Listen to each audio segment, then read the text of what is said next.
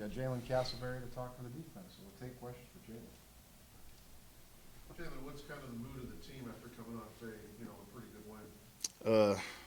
It's actually pretty exciting.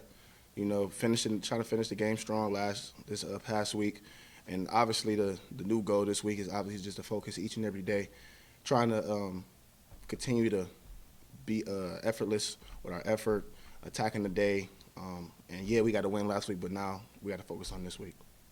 What do you guys have to do to kind of use this win as a springboard to close the rest of the season strong? It's just all about executing at the end of the day, really, just making sure that we dotting our I's and crossing our T's with everything. What have you seen from Illinois State? From Illinois State, they got two really good receivers, specifically on the outside. Just making sure that we pay attention to those guys. And then obviously they like to run the ball a lot, but the main thing that we got to stop is the run. You guys haven't won on the road yet this year, so take what you had on Saturday and take that on the road with you. Is that an easy thing to do? Obviously, nothing is ever going to be easy. That's the thing. That's the game of football. Just making sure that we're just locked in each and every day, continue to progress, and going forward from there. We always hear about road focus. So how important is that this week? Oh yeah, it's very important. Obviously, get the traveling and all that stuff like that, but just making sure that we staying on point with each and every one of us and spending time together, especially on the day before the games, and making sure that we just locked in come game day. Where you're 10 games in now, so where is the defense you think made the biggest stride? The biggest strides is that we're all playing on one accord. Obviously, it's plays out there that we gotta finish, including myself. But other than that, though, I would say, especially on the front and stopping the run and stuff like that, we've been doing a very good job executing from the front end. Thank you, guys. Nice job. All right, I got Aiden Parker here to talk for the offense, so we'll take questions for Aiden. Aiden, how can a win like this, kind of be like a springboard for you guys for the rest of the season? Yeah, I think it shows a lot of the guys that we are the team that we say we can be. When you go through a tough time like we have been the weeks previous, things start to get kind of dim. It gets hard, but having a big statement win like that shows guys we are who we say we can be, and we just got to keep working to get to that. Going after your first road win, I know road focus is always important after two games at home to go back on the road. Yeah, and focusing on the road. Different travel schedule this week, so I got to adjust with that. But yeah, just carrying the same mantra we had last week, having a good week of practice, important, and then just focusing. Road games are tough to win, especially in the Valley. So knowing the task at hand and knowing we got to be on our P's and Q's to go into normal and get a win. What have you seen from Illinois State? Defensively, it's a little bit of what we saw last week. They like to blitz, move the fronts a lot. So a little bit of the same defense in that regard. So, got to be on our checking our pre-snap alignments, things of that nature, so we can be in the right spot to be successful so those blitzes don't hit us.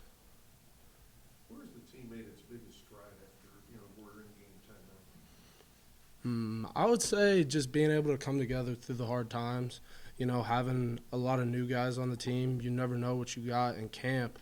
So, things are all sunshines and rainbows in camp until – you go through some adversity, and I think we've done a good job of bonding together and persevering through the hard times, getting that win next week, and now we just got to keep it going. Max has been, a pretty consistent receiver for you guys on the offense this season. Being his teammate, what have you seen kind of from his growth over the last couple of years to how he's been able to kind of get to this point? Yeah, from when Max came into now, it's been a crazy transformation. Came in as a walk-on, earned that scholarship.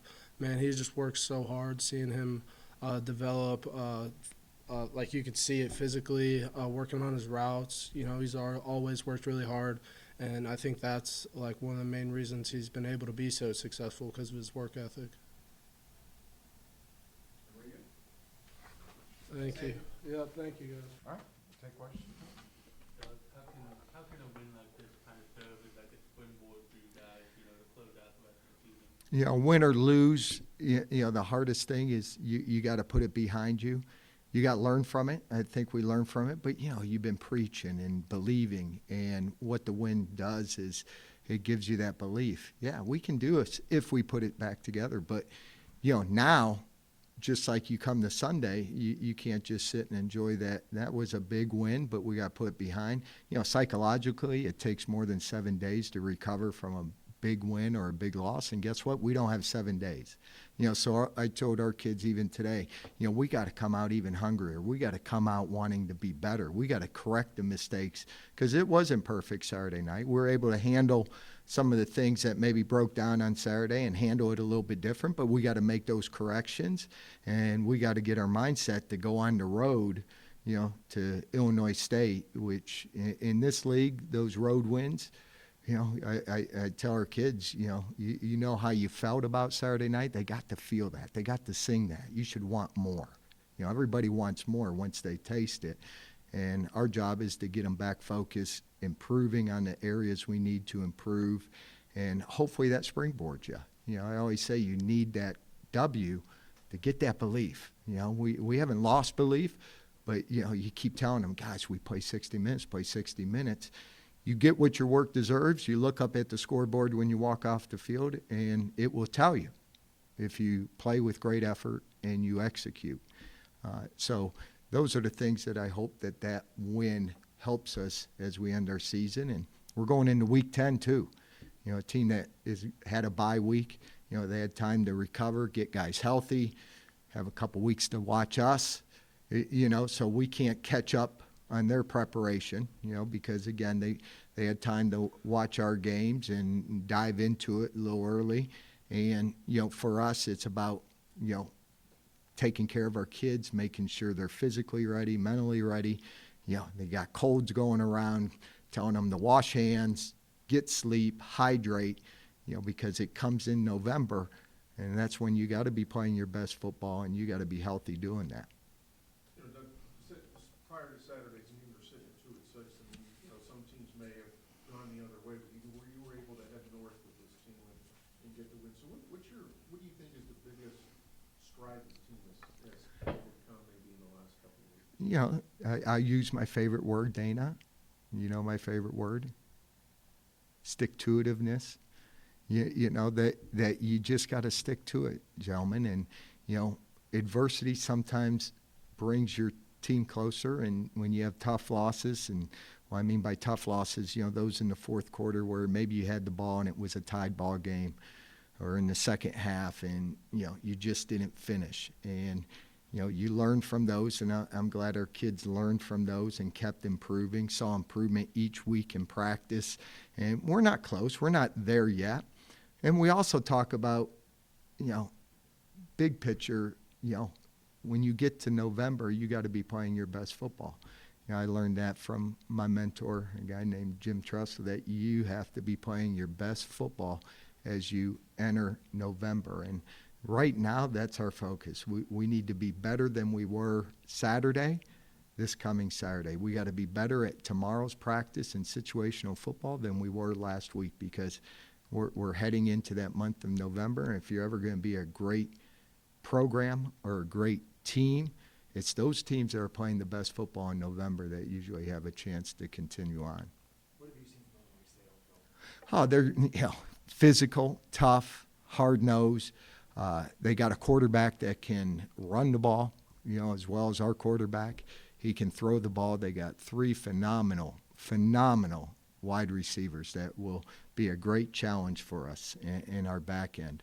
Up front, they're a Missouri Valley Football Conference opponent. They're going to be big. They're going to be physical. I think they go 6'7", 6'8" on the tackle spots. Defensively, Coach Back's a defensive guy. They're going to bring different pressures from different areas. They do some movements. They move. They stem. So it's a great challenge that, the preparation for it, you really get 2 days in pads to get ready to play such an opponent. And you look at the history of their program, winning football games, playoffs. So you're going into normal against a team right now as they go into November are thinking playoffs. Michael Borders, before the season started, he was elected one of the team's captains, had kind of a breakout season. And, being a local kid, how did he kind of first get on your radar? it was funny. It was all during COVID that year, but I think he was supposed to go up to John Carroll, Division III, and, got word that, there's a possibility he would come as a walk-on here to Youngstown State. So it started there. The fun thing, and I can say this because Michael knows, it wasn't easy for Michael. He went through some tough times there during COVID, during those first 2 seasons, to the point where I didn't know if he'd make it in this program. But you know what? Now he's president of the Student Athletes Council, SAC. He's a captain of our football team. When we talk about you go through some hard times and you learn from it, and to see a young man, and we tell our kids, there's a difference between go hard and play hard. Go hard, you're thinking, okay, do I need to go hard this time? Or there's play hard where it's just instinct. You just, every second, 4 to 6 seconds, it's everything you got. Michael Voitis is one of those young men that there's no, in practice, it's like, okay, we got to get him off because, you play hard in practice, every play. We got to make sure he gets to Saturday. So to see his growth, not only as a young man off the field and become a leader, but what he's done in football. And, we're blessed that he gets a few extra years. I think NCAA approved him to, he's had some injuries too, so we're blessed that he gets a couple more with us. So these have been tight games at least the last couple of years. You're still looking for that first road win, so the importance of, Yeah, you got to be a road warrior, the road focus. And it starts as getting on a plane. The travel is going to be a little different than normally. So logistics, and those are things we won't even discuss until we get the game plan in, but just how we're traveling, how we're getting there, the meetings, the walkthrough, you're trying to get that mindset ready of what it takes to go into a hostile environment. And it's a hostile environment. Their student section sits right behind your bench, and I know last time we were there, I told our kid, guys, you got to ignore everything. You got to focus on the things you can control, and that's between the white lines. And we started that talk even this week going in, and you ask any coach, I'm sure, if you ask Bubba last week going on the road, it's not easy, and you're going to get every team's best shot, and we're talking about another ranked team that's ranked in the top 20. So they're a great football program. So our job's focus what we can do, execution, effort,